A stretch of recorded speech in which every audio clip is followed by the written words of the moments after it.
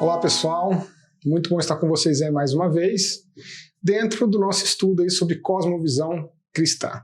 Então hoje a gente vai aprofundar um pouco ainda dentro do estudo de cosmovisão cristã com uma questão que costuma trazer bastante discussão, bastante embate, traz muitas dúvidas. A gente pensou bastante se iria colocar esse tema ou não, mas eu achei importante colocar, porque sempre vem à tona, é comum a gente, dentro da nossa atividade, sei lá, psicológica, então dentro da nossa atividade mesmo cotidiana, quando alguém questiona o cristianismo, surge geralmente algumas perguntas como: como que você pode acreditar em Deus com tantas tragédias nesse mundo?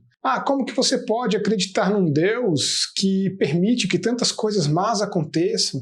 E esse problema do mal, que é exatamente o assunto que nós vamos tratar, sempre surge dentro dessa nossa esfera, digamos, missiológica mundo afora. E até mesmo, não vou nem colocar dentro dessa nossa atividade, até mesmo dentro do próprio círculo, digamos assim, cristão, essa é uma questão que vem à tona com certa frequência. Nós não temos aqui, isso é bem importante, tá, a pretensão de ter a resposta final em relação a esse assunto. É um assunto que se você for pegar a literatura, você vai encontrar várias posições diferentes em relação a esse tema. Então a gente não tem aqui, eu não tenho a autoridade, eu não tenho essa legitimidade de falar que essa é uma posição final quanto ao tema, e até mesmo ninguém vai ter essa autoridade por um fator muito simples. A Bíblia, ela não é clara em relação a esse aspecto. Então, Deus decidiu por não revelar isso de modo claro, ou de modo completo. A Bíblia traz algumas questões sobre, nós vamos estudar isso nessa aula, mas a revelação, digamos assim, ela não é suficiente. Então, eu fico aqui com Calvino. Então, o nosso estudo e a racionalidade, toda essa questão, ela deve ir até onde a Bíblia nos permite. Além disso, a gente já começa a criar, digamos assim, especulações humanas, e a gente já começa a fugir do campo propriamente teológico. Como que esse estudo foi estruturado? Esse problema a gente vai começar analisando lá na Grécia Antiga, com um filósofo chamado Epicuro. E esse filósofo, ele tem uma tradição filosófica bastante forte, e ela moldou o pensamento da Grécia, não só a Grécia Antiga, mas inclusive a Grécia Clássica. Ele moldou esse pensamento por muito tempo. Inclusive nos nossos dias atuais, a gente vê ainda a filosofia de Epicuro se perpetuando dia após dia.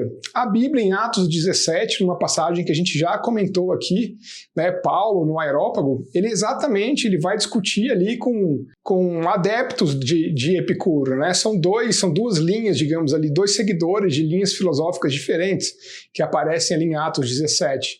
Os estoicos, seguidores de Zenão, e temos também ali os epicureus, seguidores de Epicuro. Então é exatamente dentro dessa tradição filosófica que Paulo ali leva a mensagem do Deus desconhecido, ali ao povo de Atenas, ali dentro do Areópago. É sobre, então, essa tradição filosófica que nós vamos falar. E Epicuro, então, dentro de suas atividades ali filosóficas, ele apresenta um suposto dilema. Hoje a gente se refere a esse dilema como o dilema do mal, o paradoxo do mal, ou o problema do mal, ou o paradoxo de Epicuro. E dentro daí, as palavras de Epicuro foram as seguintes: Deus deseja prevenir o mal, mas não é capaz. Ele faz essa interrogação, essa provocação. Então, se ele deseja prevenir o mal, mas ele não é capaz para tanto, ele não seria onipotente, ele não teria o poder para tanto. Ele teria o desejo, mas não teria a capacidade. Por outro lado, ele pergunta: então você diz que ele é capaz, mas o mal continua, então ele não deseja? Então ele seria malevolente. Então esse Deus, ele não seria totalmente bondoso. Então, se ele tivesse o poder para acabar com o mal, e o mal nós vemos isso no nosso dia a dia, continua se perpetuando, então Deus não seria um Deus amoroso, ainda que ele fosse onipotente. E aí ele continua, ele é capaz então e deseja? Então por que o mal ainda existe? Pergunta Epicuro. Não é capaz e nem deseja? Então por que lhe chamamos de Deus? Né? Então, se ele não tem o poder, ou então se ele também não quer, essa entidade a que Epicuro se refere não poderia ser chamada, então, de Deus.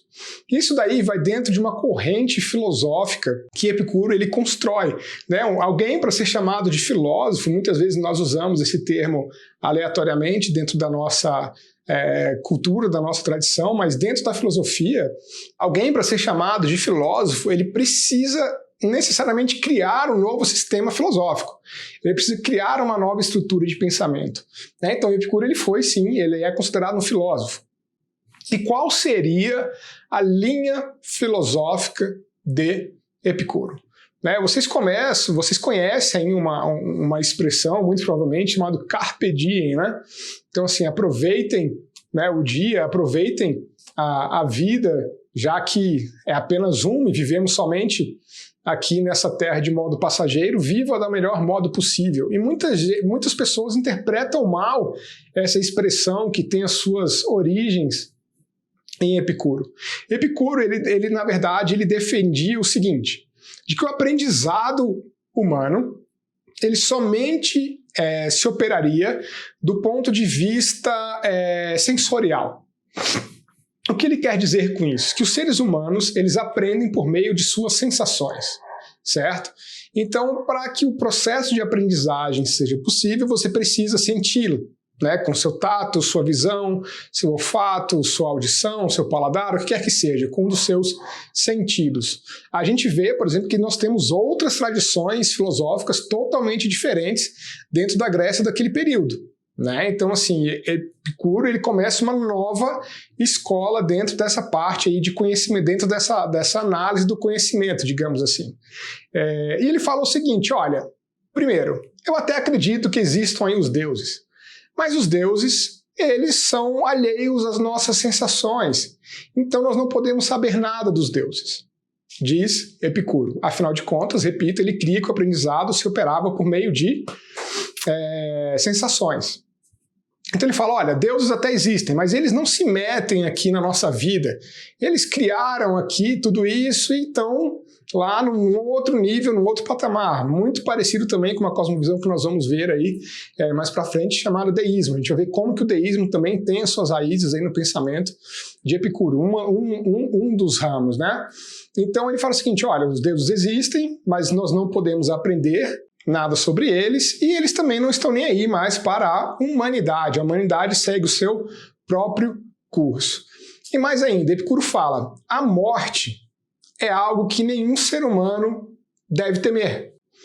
A morte, ela não precisaria ser temida. Por quê? Porque a morte também não seria algo sensorial. Ele fala o seguinte, olha, você como ser nunca vai poder sentir a morte. Se você está vivo, a morte está longe, e a partir do momento que você morre, você não tem mais sentidos, então você não pode entender nada sobre a morte. Então ele falava o seguinte, olha, esqueça essa questão de morte, viva o seu dia, e sobre a morte nós não entendemos nada e ela nunca vai te alcançar. Enquanto você está vivo, a morte não está com você, a partir do momento que ela te alcança, você não mais existe. Então, na verdade, ele monta essa estrutura aí de pensamento. E exatamente por pensar dessa forma, Epicuro ele acreditava que essa vida, a nossa vida aqui, nessa terra, a nossa trajetória, ela deveria ser vivida da melhor forma possível, ou da forma mais prazerosa possível. Esse pensamento de Epicuro ele foi distorcido mais adiante e acaba virando o hedonismo. O hedonismo não nasce aqui com Epicuro. Os prazeres a qual Epicuro se refere não são os prazeres ao extremo. Epicuro também ele era contra o vício. Epicuro ele era contra essa questão. Quando Epicuro se refere a aproveitar os prazeres e a viver da melhor forma possível, ele coloca uma trava dentro da sua filosofia bem importante, que seria exatamente o equilíbrio. Então, essa questão do equilíbrio traria para o homem a capacidade de viver bem. E para Epicuro, ao contrário de vários outros filósofos, a felicidade seria algo possível. Né? Se a gente for pensar, por exemplo, lá em Platão, a felicidade seria algo impossível. Por quê? Porque a felicidade estaria num plano diferente do plano da matéria. E seres humanos, como nós somos, estaríamos presos ao campo da matéria. E somente quando nós passássemos totalmente para o campo das ideias, né, digamos assim, aí sim nós seríamos libertos desse mal da carnalidade e conseguiríamos alcançar a felicidade plenamente. Então nós seríamos... e aí depois Aristóteles vai desenvolver isso em relação às virtudes, em relação ao absoluto, potências e tal. Mas Epicuro, ele pensava diferente, ele pensava que a felicidade era possível de se alcançar nessa vida dessa forma com a matéria. Só que ele entendia que essa felicidade ela seria alcançada por meio da boa vivência e a boa vivência com equilíbrio, certo? Então Epicuro ele tinha aí esse sistema filosófico por trás de tudo isso. Tem uma obra bem famosa de Epicuro chamado Tetrafármaco. E dentro desse tetrafármaco ele coloca aí, ele divide os desejos do homem em 4 classes diferentes. Os nossos desejos seriam, primeiro, aqueles desejos necessários. Todo homem precisa dormir, todo homem precisa comer, todo homem tem suas necessidades sexuais, todo homem tem suas necessidades fisiológicas. Então o ser humano, ele entende que ele é dotado dentro com esses desejos, digamos assim, necessários. Além dos desejos necessários, um outro grupo seria dos desejos simplesmente naturais, ou desejos naturais. Esses desejos naturais, eles seriam ainda, digamos assim, derivados desse primeiro grupo de desejo, mas já começaria aí uma questão diferente, por exemplo. Bom, eu preciso comer, mas eu preciso comer o quê? Uma dieta, digamos assim, eu preciso comer uma proteína, um carboidrato, algum tipo de alimento que compõe ali aquilo que eu preciso. Mas vamos supor que eu queira já uma sobremesa, um chocolate. Né, por exemplo, bom, isso não é um desejo necessário, mas é algo que provém daquele desejo e ainda assim não traz nenhum prejuízo, desde que, digamos assim, praticado com equilíbrio, moderação. Poxa, dormir, eu preciso dormir quantas noites por uma hora? 6 horas? Eu preciso dormir quantas horas por... Não quantas noites em uma hora, mas quantas horas em uma noite? 6 horas, vamos supor, que é o que o ser humano precisa. Né? Mas eu quero dormir 8. Tá, vai lá, beleza. Então, ele coloca aí nessa questão dos desejos naturais. A felicidade, dentro de Epicuro, ela estaria no equilíbrio entre os desejos necessários e os desejos naturais. Mas o homem ainda perseguia outros 2 tipos de desejo. Né? O terceiro grupo seria exatamente os desejos artificiais. Esses desejos artificiais já seriam outros tipos de desejos que não estariam ali dentro daqueles desejos necessários dos desejos simplesmente naturais. Né? Então seriam desejos alheios ali, por exemplo, a esses 2 grupos. Vamos trazer isso para a modernidade, por exemplo. Bom, um homem, eu preciso me locomover, por exemplo. Eu posso desejar um carro. Né? Eu posso desejar um sistema público de transporte satisfatório. Isso não é um desejo necessário, não é um desejo natural, é um desejo artificial criado pelo homem. Então é um desejo que não se enquadraria ali naquelas 2 primeiras classes. E eu teria um 4º grupo de desejo, que seriam os desejos frívolos, onde se encontraria aí, por exemplo, a busca de poder do homem, né? Ou a busca, por exemplo, pelo prazer extremado, né? Então, a cobiça, né? Então, esse tipo de coisa seria exatamente os desejos frívolos, que como ele coloca aí dentro da 4ª categoria. Então, quando ele falava que nós devemos buscar os nossos desejos, satisfazer os nossos desejos, muita gente esquece dessa divisão aí de Epicuro. Ele se referia às 2 primeiras classes de desejo. E ele também propunha uma série de outras questões, por exemplo, a ataraxia e a aponia. Né? O que seria isso? Ele falava o seguinte, é exatamente essa busca pelo repouso da alma, dela não querer, dela não buscar esses desejos frívolos, dela não buscar esses desejos artificiais, a ataraxia traria esse estado de felicidade para a alma. E, por outro lado, também, a aponia seria a ausência de dor dentro da alma, o escape à dor, né? Então, olha só como isso é importante dentro desse estudo. Epicuro ele entendia de que era possível ao homem fugir da dor, ou fugir ao mal, né? Então, como que ele entendia o problema do mal? Se o mal está acontecendo na sua vida, ele não deve ser visto como mal, deve ser visto como algo passageiro, né? Que ou vai te tornar uma pessoa melhor, ou que, na verdade, vai ter qualquer tipo de papel, um curso natural da vida. Ele entendia que os momentos de dor do ser humano não deveriam ser encarados como tal, não deveriam ser encarados como dor, digamos assim. A gente vai ver várias outras cosmovisões que adotaram esse modo de enxergar de Epicuro, né? Como, por exemplo, a gente vai ver as religiões orientais, isso é bem comum, a gente vê essa questão da inexistência do sofrimento, da inexistência de dor, lógico, em graus diferentes, né? Então, Epicuro, quando ele lança o seu olhar, quando ele constrói o seu paradoxo sobre o problema do mal, ele está se referindo ao mal dentro desse contexto, né? Então, assim, isso é bem importante a gente entender. Há um autor que escreveu o Arquipélago Gulag, né, que escreveu também o Circo da Vida. Ele fala uma coisa bem interessante.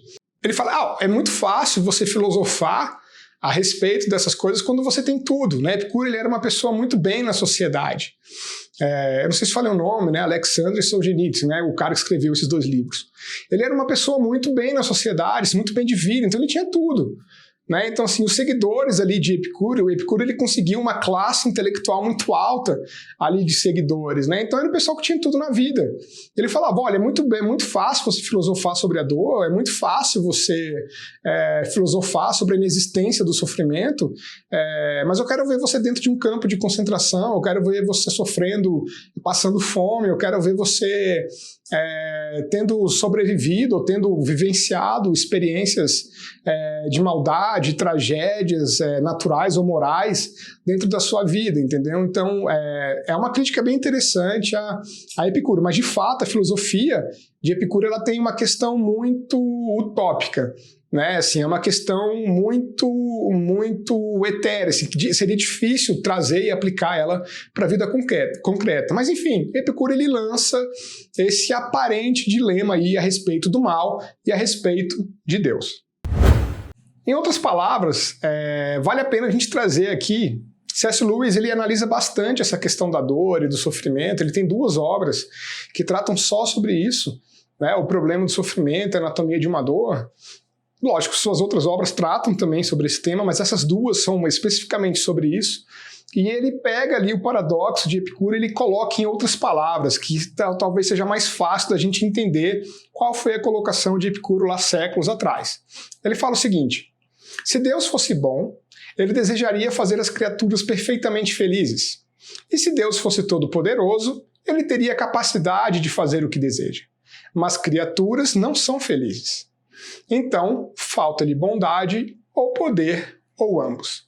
Em outras palavras, então, o que Epicuro estava colocando lá atrás, C.S. Lewis ele consegue sintetizar de uma outra forma mais clara para que nós possamos entender sobre o que nós estamos falando aqui especificamente. Mas será que isso é realmente um dilema? Será que nós podemos realmente ver algum problema dentro dessa colocação? Eu vejo bastante, assim, eu vejo muitos cristãos assim, que ficam sem resposta em relação a isso. Como pensar em um Deus bom e poderoso em um mundo mau? Como que eu posso juntar essas 2 coisas? Eu creio, como a Bíblia me ensina, que Deus é bom e que Ele é todo poderoso. Mas eu não posso negar a maldade, digamos assim. Eu não posso negar o mal. Eu não posso negar o sofrimento. Será que isso faz sentido? Como que eu devo enxergar essa provocação? Em primeiro lugar, é legal destacar o seguinte: geralmente, ou basicamente, eu só vi até hoje esse tipo de provocação ser destinada ao cristianismo. É interessante porque todas as outras cosmovisões elas vão lidar com o problema do mal. E elas também, digamos, elas também não. E elas, ao contrário do cristianismo, elas não conseguem dar uma resposta satisfatória. Né? Se você perguntar para um evolucionista sobre o mal, ele até vai conseguir te explicar, mas pergunte para ele, então, qual é a fonte do bem? Da onde que surge o bem? Se você não tem, digamos assim, um absoluto ético por trás, um absoluto moral, como definir o mal? Né? Então, assim, outras cosmovisões, elas vão negar a existência do mal, né? E, assim, cada cosmovisão, ela vai tentar, a gente vai ver isso com bastante calma na análise comparativa de cosmovisões, tá? Mas, assim, cada cosmovisão, ela lida de um modo diferente com o mal. E esse tipo de questão, é muito difícil você ver um ataque direto às outras cosmovisões com base nesse paradoxo. Né? Repito, assim, essas outras cosmovisões, como a gente vai ver, elas não dão uma resposta satisfatória para a existência do mal. Né? Então, assim, por que isso historicamente ele é vinculado, digamos assim, ao cristianismo? Por que a existência do mal teria que necessariamente significar a inexistência de Deus? Por que a existência do mal necessariamente deveria significar a inexistência de Deus? Então, isso é uma questão que eu coloco logo de início, porque não sei se vocês têm a mesma vivência do que em relação a esse assunto, mas é algo que eu percebo muito no dia a dia. Né? Então, assim, isso é algo bem comum, né? Mas é usado contra o cristianismo. Então, é bem importante que a gente estude um pouco, que a gente pare um pouco e reflita sobre esse tema. E pior ainda, quando essa questão do dilema do mal entra na igreja. Né? Isso aí eu cansei de ver. Né? Essa questão, por exemplo, da batalha espiritual. Né? Lógico, batalha espiritual ela existe, é algo que acontece, mas tem vezes que a gente vê essa questão de batalha espiritual como se Deus e o diabo ali numa luta, como se Deus escapasse por pouco. Assim, ufa, foi muito difícil, mas quase. Né? Escapei por um triz, assim, senão parece que é uma questão mesmo que beira aquele equilíbrio entre o bem e o mal. Né? A gente vê essa questão muito forte em algumas denominações, em alguns segmentos, digamos assim, do cristianismo, né? Quando a gente fala sobre maldição hereditária, né? Então, assim, como a questão da perpetuação do mal como uma resposta como um castigo, né? Uma resposta a algum ato praticado pela própria pessoa ou por algum ancestral. Né? Então, a gente vê essa questão da maldição hereditária trazida para dentro desse contexto. Muitos cristãos eles têm uma percepção diária de que se algo bom acontece na vida dele, foi algo que Deus trouxe. Mas se algo mal acontece, isso seria do diabo. Não. O mal, não. O mal, se algo ruim, se algo que traz sofrimento à minha vida está acontecendo, é porque isso é obra do diabo. Né? E se algo é bom, não, isso é obra de Deus. Então, se isso não é o que a Bíblia ensina, a gente vai ver isso aqui. Então, Eclesiastes, capítulo 7, versículo 14, fala de que quando os dias forem bons, nós devemos aproveitá-los, mas quando os dias forem maus, nós devemos considerá-los também. Que Deus fez tanto o dia bom, como Deus também fez o dia mau. A Bíblia é clara, ela é explícita em relação a isso. E nós devemos analisar os dias maus. Eclesiastes 7, capítulo 14, fala isso de modo muito claro. E várias outras passagens dentro da Bíblia. A gente vê Deus trazendo mal várias vezes dentro da Bíblia. Eu poderia citar várias aqui, como o dilúvio, por exemplo, como a questão lá da vida de Jó. Lógico, ali teve uma questão do diabo envolvido, a gente vai ver um pouco mais sobre isso. A gente vai ver lá sobre a questão dos caldeus, junto na época de Abacuque, Deus trazendo aquele povo de fora, um povo mau, um povo destruidor, um povo idólatra para castigar, digamos assim, o seu próprio povo. Então, assim, o mal, a Bíblia traz em vários momentos como Deus trazendo ali o mal. Mas será que Deus criou o mal? Da onde que vem esse mal? Mas de cara, assim, de pronto, eu quero deixar para vocês que vocês abandonem essa ideia de que o bem ele é trazido necessariamente por Deus e de que o mal necessariamente é obra do diabo. Pode ser, mas pode ser que não. Então, assim, isso é uma questão que deve ser abandonada dentro do nosso sistema de pensamento. Lutero tem uma frase bem interessante que ele fala o seguinte: até o diabo é diabo de Deus. Então, assim, se você crê, e é como a Bíblia ensina, de que Deus é soberano e todo-poderoso, nada acontece fora de sua soberania, nem o mal. Nem o mal. nada acontece. Né? Na época do tsunami, aquele tsunami que bateu na Indonésia e tal, eu vi vários comentários, teve gente que fala, porque pastores falando que Deus não estava naquilo, falando que aquilo não era algo que estava acontecendo, né, dentro do poder de Deus. Não, como assim? Tudo o que acontece debaixo da soberania de Deus. Mas como conviver com isso? Como entender Deus bom e todo-poderoso e como conviver com essa questão do mal?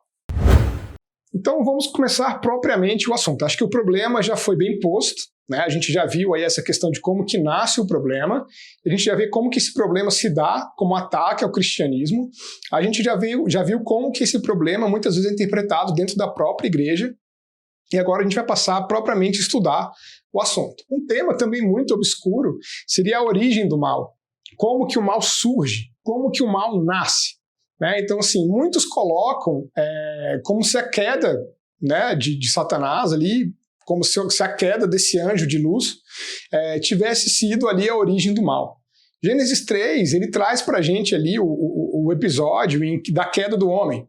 Né? Então, ali, Adão e Eva, ali no paraíso, no Éden, vão lá e comem do fruto da árvore proibida, do conhecimento do bem e do mal, enganado ali, né? Eva enganada pela serpente. E o mal ali, Paulo fala claramente que o mal entra na terra naquele momento. O apóstolo Paulo ele fala isso de modo muito claro, que depois que Adão come, seus olhos, né, os olhos dos dois se abrem e o mal entra na terra.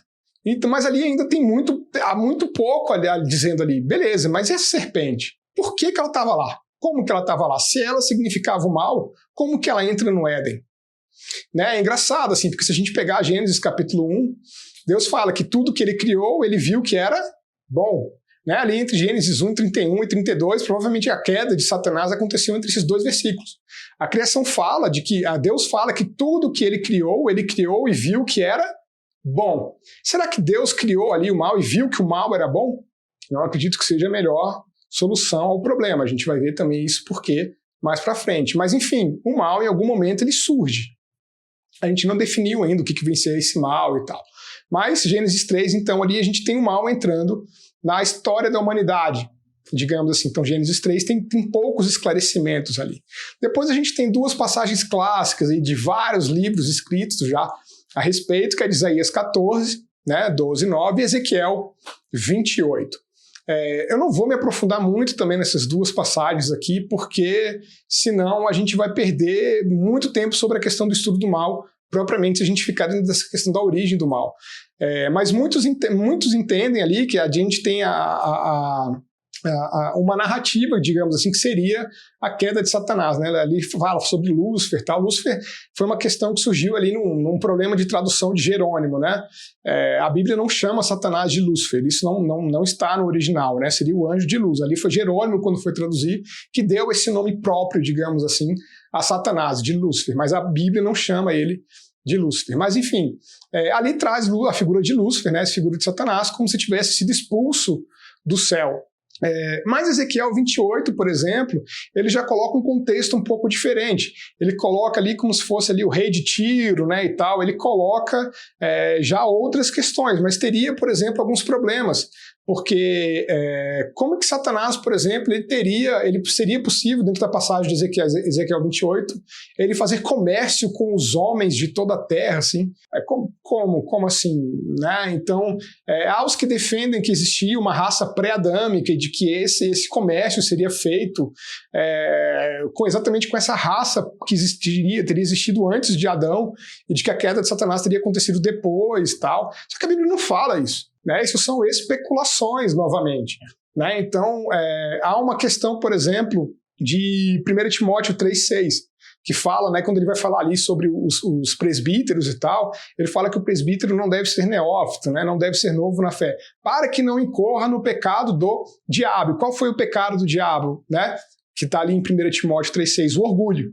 Né? Então ele fala ali, a gente sabe que, beleza, Satanás caiu pelo orgulho. Então ali nasce o mal em Satanás, ainda que o mal não... Será que o mal já existia nessa época, o mal como substância? Ou será que o mal foi gerado por quem? Assim, Satanás teria criado algo? Né? Será que ele teria essa capacidade de criar algo como mal? Como explicar? Então, assim, isso começa a trazer essa série de embrólios aí aparentes dentro dessa questão. Né? Isaías, se a gente for olhar lá Isaías 45:7, Jonas 3:10, a gente vê claramente também ali já Deus ordenando, né, o mal. Então é importante essa questão, a gente saber sobre a origem do mal. A Bíblia fala muito pouco sobre a origem. Eu particularmente não creio, não vejo as passagens de Isaías 14, de Ezequiel 28 como sendo ali a queda de Satanás. Né? Eu não acho que isso é uma profecia de dupla referência. Né? Dupla referência seria algo que falava sobre algo no momento, mas que representaria algo no futuro. Seria como se fosse um tipo de um arquétipo. Né? Por exemplo, Isaías, lá quando fala que, né, um menino nos nasceu, um filho se vos deu, tal, então assim, ele está falando ali do seu filho e de sua esposa. Né? Se a gente analisar o contexto, mas todo mundo entende ali que também está se referindo ao nascimento de Cristo. Né? Então isso seria, por exemplo, assim, uma passagem de dupla referência. Né? Então, por exemplo, o nascimento de Cristo, né, a questão de Maria e José também, a gente tem várias passagens da Bíblia que teriam um significado de dupla referência. Como se algo acontecesse no Antigo Testamento e fosse referendado pelo Novo Testamento. O Novo Testamento não referenda as passagens de Isaías 14 nem de Ezequiel 28. Né? Então, assim, eu não posso falar que isso é uma passagem, uma profecia de dupla referência. Né? Então, assim, eu não acredito que essa seja a melhor interpretação para isso. Já em Isaías 45:7, a gente vê ali uma série de paralelismos, né? Como se Deus estivesse falando ali que ele cria a luz, ele cria a escuridão, ele cria a paz e ele cria, né, o mal. Assim. Então, se a gente analisar esse texto, a gente vai ver ali que é um texto escrito em forma de hipérbole. Ele é hiperbólico. Então, eu tenho... os judeus eles escreviam bastante assim, então eu tenho ali um reforço. E eu tenho ali a questão de sempre antônimos aparecendo. Né? Então, por exemplo, qual seria o antônimo de paz? Seria guerra. Né? Não seria necessariamente mal. Essa tradução não foi uma tradução muito correta, digamos assim.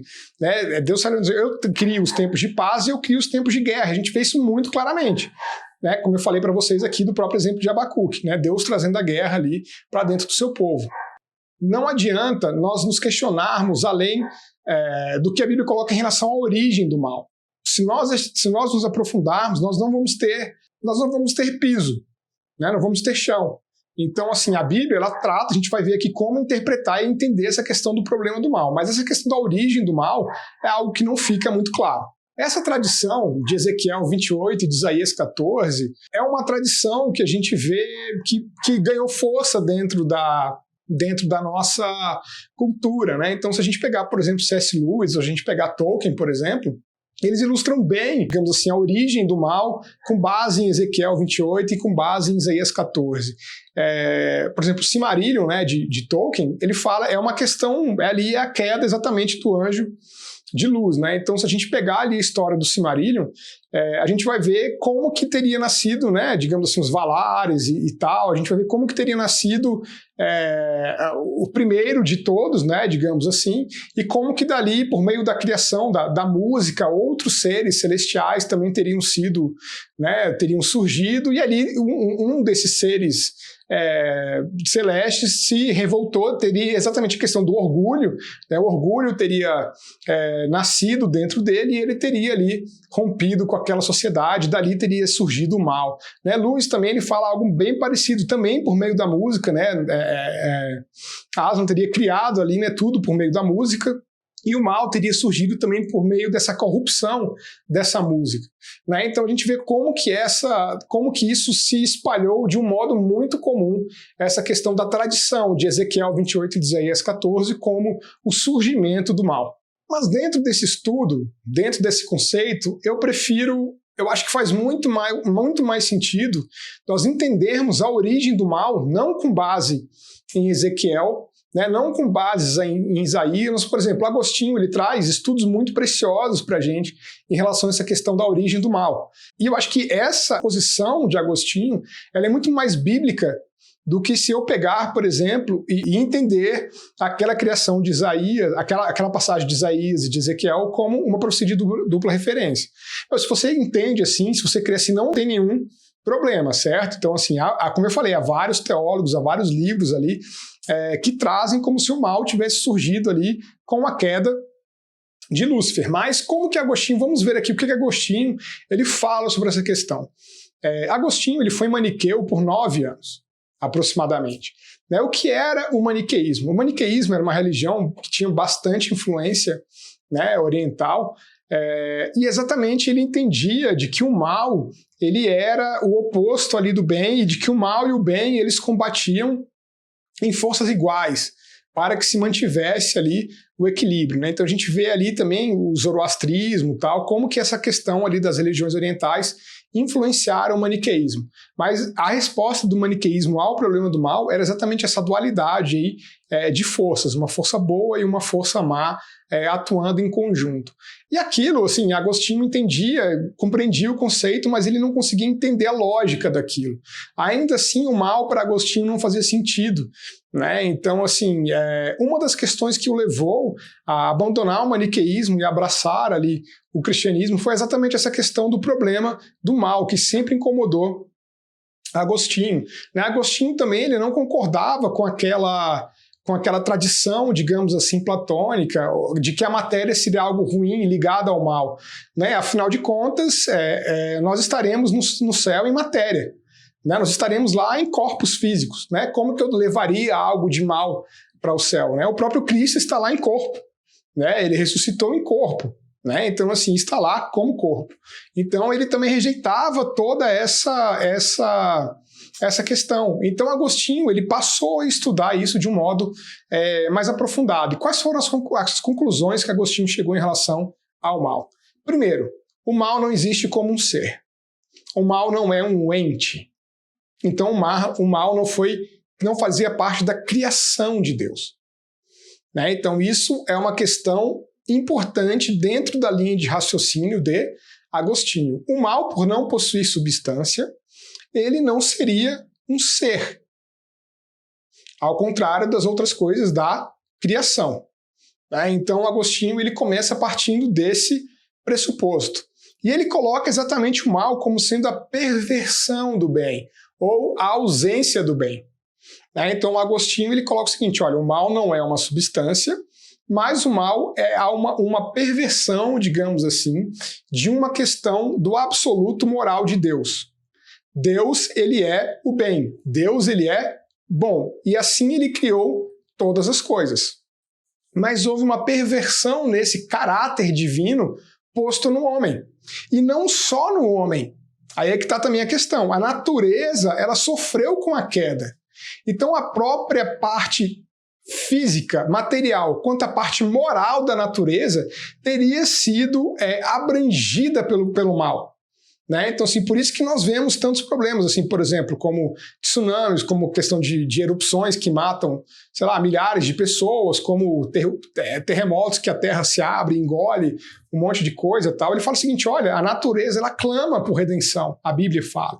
E ele fala exatamente isso, olha, a natureza, ela também foi atingida pela queda. E mais ainda, por exemplo, nós vemos aí a questão de animais, é comum isso, você assistir qualquer documentário, animais que muitas vezes matam por matar, que não matam para se alimentar ali, por exemplo. Então isso seria fruto da queda moral também da natureza. E Agostinho fala, olha, então, o mal não é um ente, assim como o bem também não seria um ente, mas o bem fazia parte da criação de Deus, como característica moral. Assim, Deus teria criado tudo perfeito e bom, como ele mesmo falou. Mas a queda trouxe a perversão desse bem e trouxe a ausência do bem.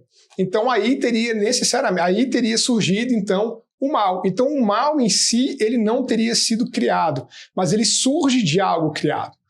Então, por exemplo, ele analisa a questão do ponto de vista metafísico. Eu vou dar um exemplo aqui, por exemplo, mas vou dar um exemplo. Um buraco. Um buraco ele pode existir independente da matéria? Você pode criar um buraco do nada?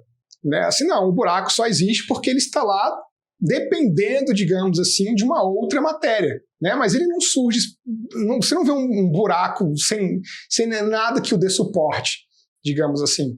E o mal, por exemplo, para Agostinho seria a mesma coisa. Você não vê o mal independente de qualquer coisa. O mal existe por conta da perversão ou da ausência de bem, assim como um buraco é uma ausência ou uma perversão da parede, né? Então, assim, Agostinho enxergava assim essa questão do surgimento do mal. Então, Deus não teria criado o mal.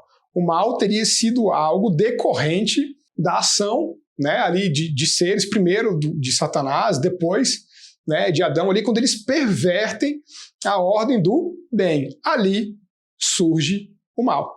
Né? Então ele traz essa questão aí de que tudo é essencialmente bom. Né? Tudo é essencialmente bom.